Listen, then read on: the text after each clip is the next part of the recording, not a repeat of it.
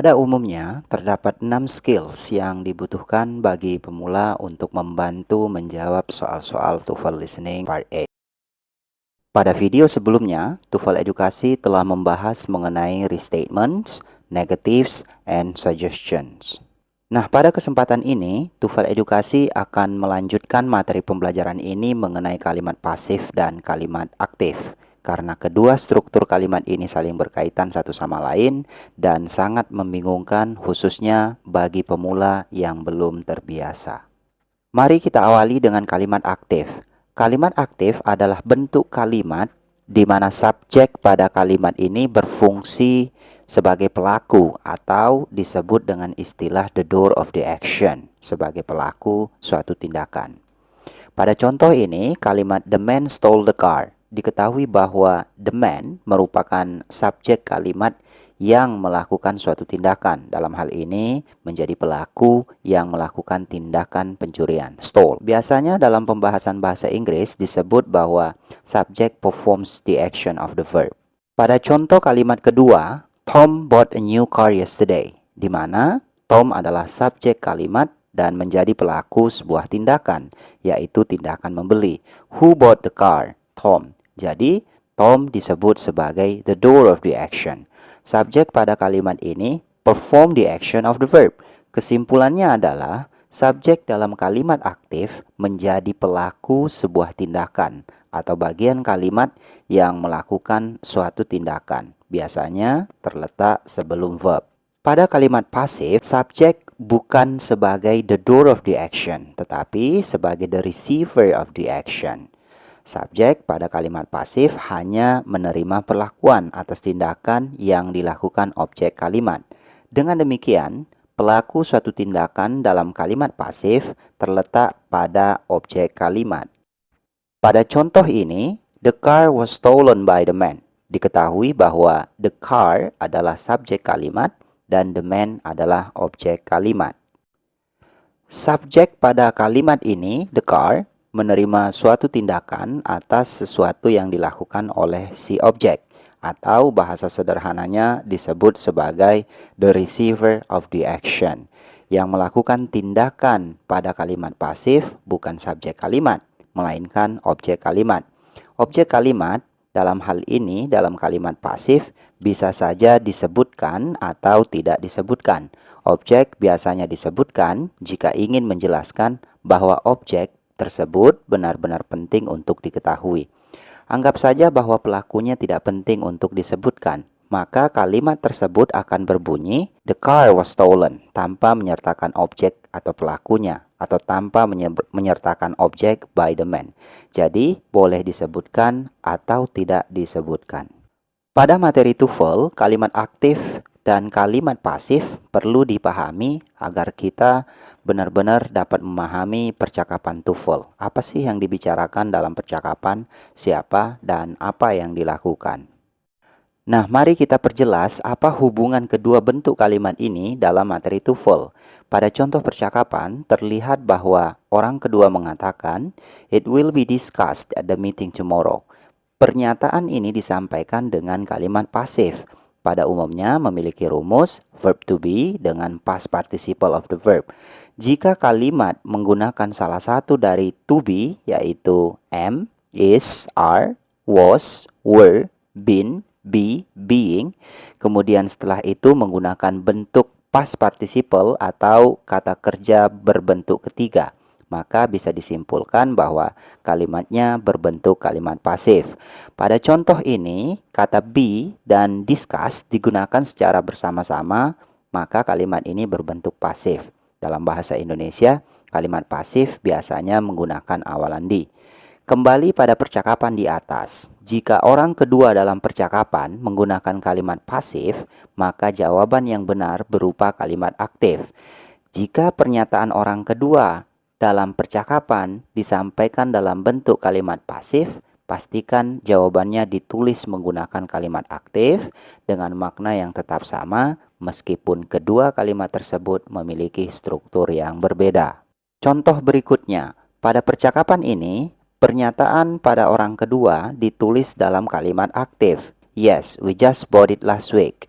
Di mana kata we adalah subjek dan menjadi pelaku suatu tindakan, maka jawaban atas pertanyaan narator biasanya berbentuk pasif. Mari kita lihat pilihan jawaban berikut.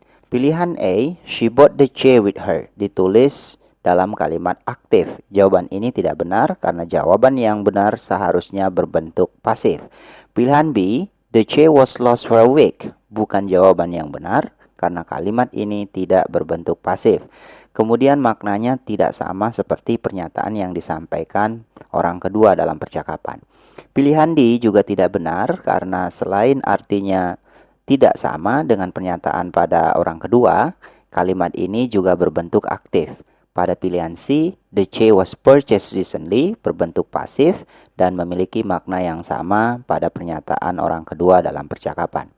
Meskipun kedua kalimat tersebut memiliki struktur yang berbeda. Jadi, kesimpulannya adalah jika pernyataan orang kedua dalam percakapan disampaikan dalam bentuk aktif, pastikan memilih jawaban yang ditulis dengan kalimat pasif dan memiliki makna yang sama. Selanjutnya, mari kita latihan menjawab soal. Pada latihan ini, kita akan mendengarkan percakapan pendek antara dua orang. Setelah narator menanyakan pertanyaan, pilihlah salah satu jawaban yang dianggap benar. Tips yang pertama adalah fokus pada orang kedua dalam percakapan. Tips keduanya, perhatikan bentuk kalimat yang disampaikan orang kedua dalam percakapan. Apakah kalimat pernyataannya disampaikan dalam bentuk aktif atau berbentuk kalimat pasif? Jika aktif, jawabannya pasif. Dan jika kalimatnya berbentuk pasif, pastikan jawabannya ditulis dalam kalimat aktif. Mari kita mulai. In this exercise, listen carefully to the short conversation and question on the recording, and then choose the best answer to the question. You should pay particular attention to passives. Number 1. Did the package from your family arrive? Yes, and I already opened it. What does the woman mean?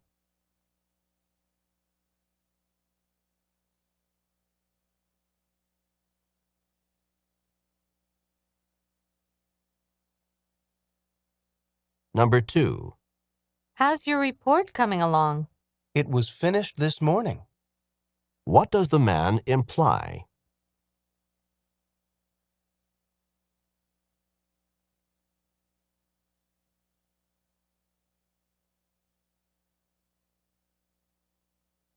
Number 3. Why aren't the children in bed now? Their parents let them stay up. What does the woman mean?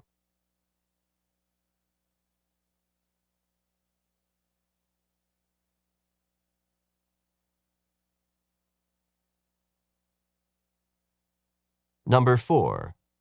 Why aren't you inside the house? I lost the key to the front door. What does the man mean?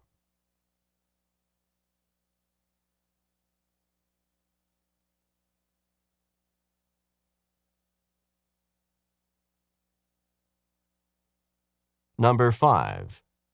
Where are the flowers that I just picked? I put them on the dining room table. What does the man mean?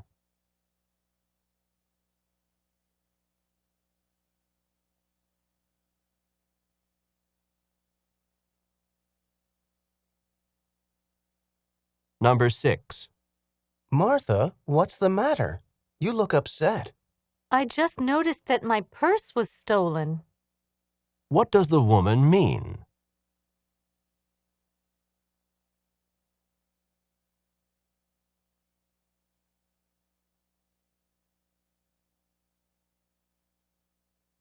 Number 7. Would you like to pick up one of my pet snakes? No, thanks.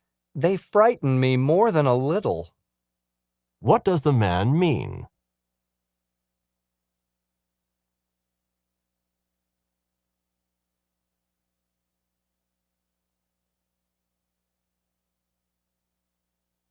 Number 8. Did you get the project done, as I asked? I followed your directions to the letter.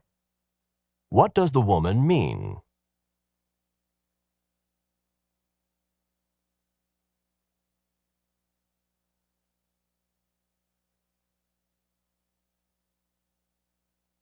Number 9.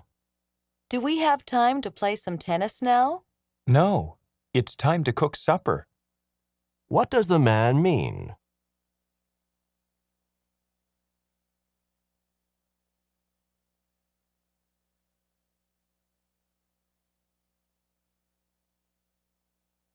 Number 10. Why aren't we having the exam tomorrow? The date of the exam has changed. What does the woman imply?